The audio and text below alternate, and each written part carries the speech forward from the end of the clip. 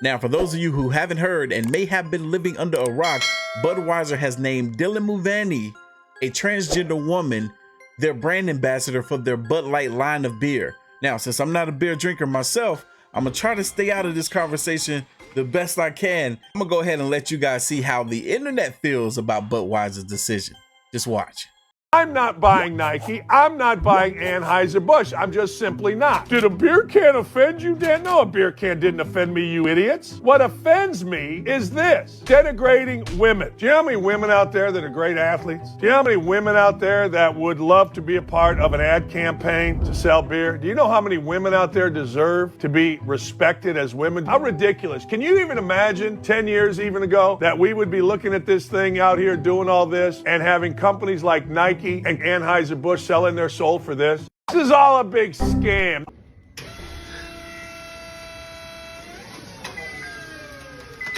Oh.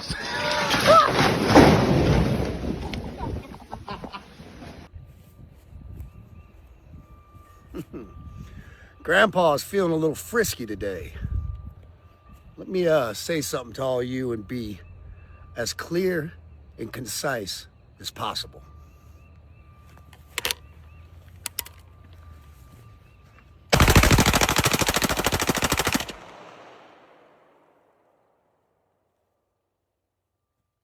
Fuck Bud Light and fuck Anheuser-Busch. Have a terrific day.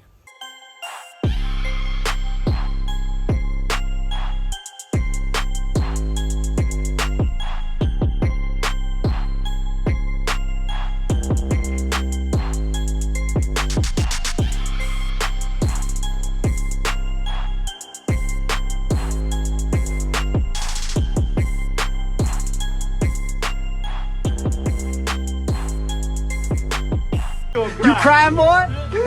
You crying, boy? Maybe we'll go back down to McDonald's and get you a Lamburger, some French fries. How about a whiny? I battled myself on whether or not I should say anything about this. But as a bartender, it's really hard for me not to. At what point would it ever be smart to mix alcohol and politics? It's just the cardinal rule. You don't do it. But now we have to.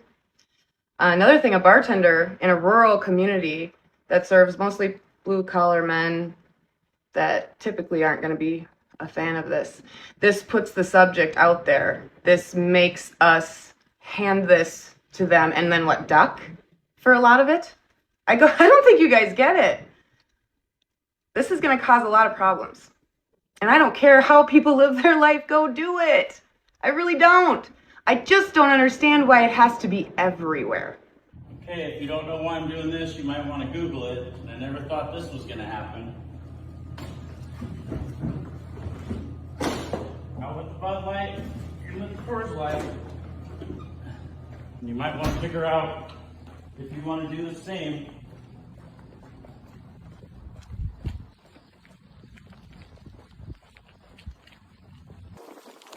This is where it now belongs. In the garbage.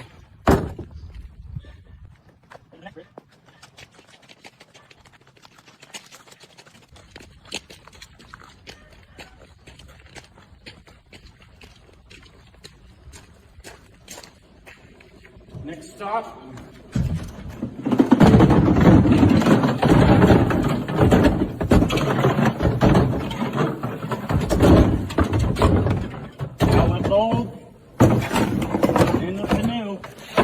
Now, here is the VP of Bud Light's marketing explaining why it is that she decided to go in the direction that she did. I'm a businesswoman. I had a really clear job to do when I took over Bud Light. And it was, this brand is in decline. It's been in decline for a really long time. And if we do not attract young drinkers to come and drink this brand, there will be no future for Bud Light. So I had this super clear mandate. It's like, we need to evolve and elevate this incredibly iconic brand. And what I brought to that was a belief in, okay, what does evolve and elevate mean? It means inclusivity. It means shifting the tone. It means having a campaign that's truly inclusive and feels lighter and brighter and different and appeals to women and to men. Mm-hmm. And representation is at sort of the heart of evolution. You've got to see people who reflect you in the work. And we had this hangover. I mean, Bud Light had been kind of a brand of fratty, kind of out of touch humor. And it was really important that we had another approach.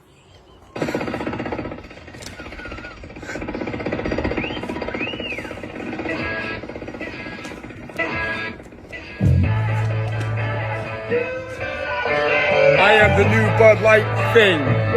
I could be this thing, I could be that thing, or I could be anything. Whatever you choose, make sure it's Bud Light. Hi. Impressive carrying skills, right?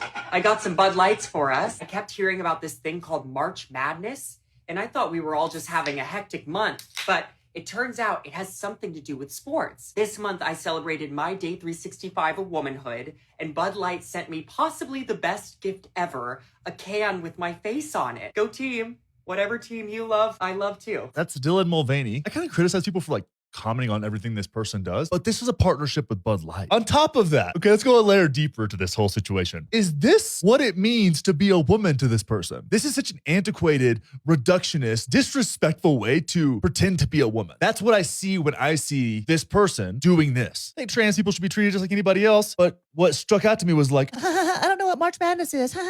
So degrading. And I see this on the level of disrespect to women as like somebody like Andrew Tate. At least Andrew Tate is overt in his disrespect of women. It's gross. I don't like it, but it's not hiding as something else. It's not disguising itself as womanhood itself. While Dylan over here is disguising himself as a woman while playing out some kind of fetish, it seems, and disrespecting women at the same time while being supported by people that pretend to support women. You're taking the most reductionist characteristics of a stereotype of a woman, having a man pretend to be those things and then calling that person a woman. That's disgusting and wildly inappropriate with some deep cultural implications.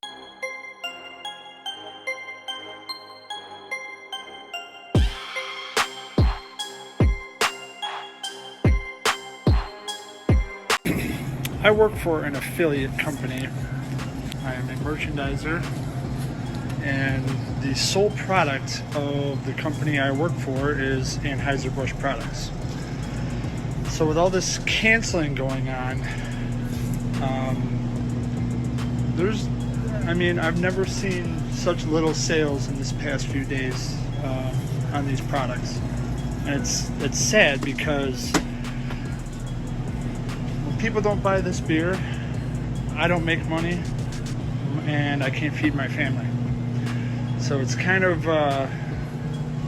heartbreaking, I guess, that Anheuser-Busch did what they did. They don't know their clientele, so it's kind of heartbreaking. Thanks, Anheuser-Busch. I may not be able to feed my family coming up here soon. I don't agree with everything they're doing, but it's a great beer.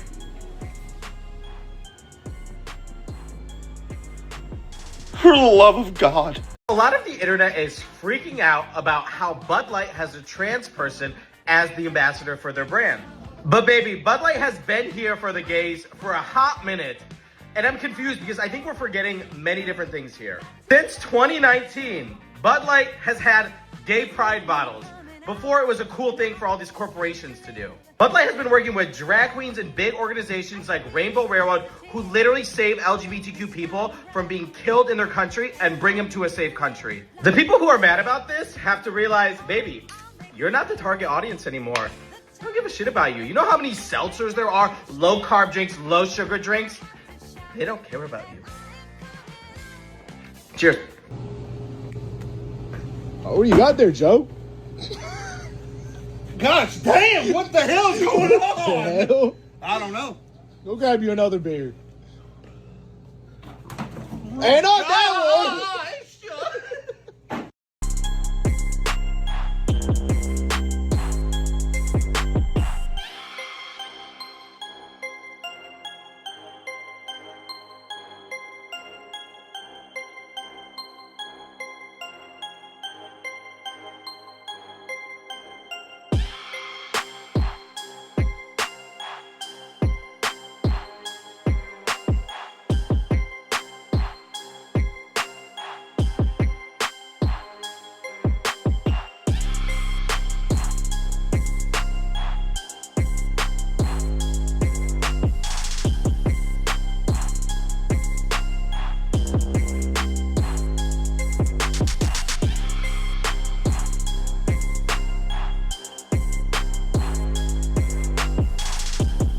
self-loathing individuals take over your favorite brands, and if your brands give those people power, stop using them. I'm going to drink a sip of Bud Light.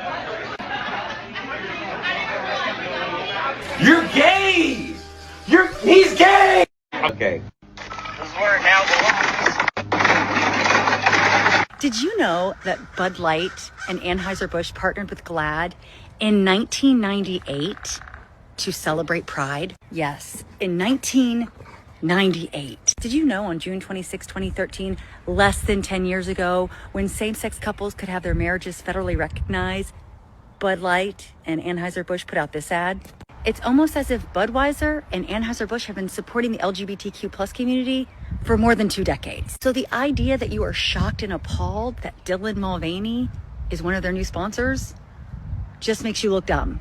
See, the problem here is the marketing hasn't changed. Just your blatant hate for, LGBTQ plus people is on full display. That's the only difference. You've been drinking gay beer forever. Speaking of supporting people, you can support me as I run for Virginia legislator. Love you, good trouble. Okay. Yo, this woman said y'all been over here drinking gay beer. Wow. Now, just like with her video and one of the previous videos from another content creator, here you have two people that let it be known that Budweiser had been supporting the LGBT community since the late 90s. Now what I think they fail to recognize is the fact that not everyone within the LGBT community supports the trans community. That also expands out into the heterosexual community, because now you have this group of people who may have come to the conclusion at some point in their life that they will, at least stay out of the conversation, or maybe they have some people in their family or friends that are part of the LGBT community, maybe not the trans specifically, but one of those sectors within that community, right? They may feel like, okay, I'm gonna go ahead and accept you for who you are in the community that you're a part of, but they still might feel some sort of way about the trans community. Because like I said before, even some of the people within the LGBT plus community feel some type of way about trans for a plethora of reasons. Part of it being the fact that you have so many men that are kind of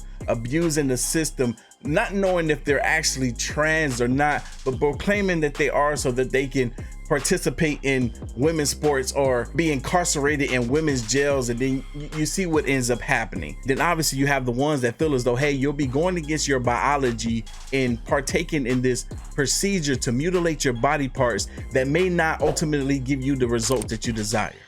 But anyway, y'all leave your thoughts, comments, and opinions down below, and I'm gonna catch you guys in the next one. See ya.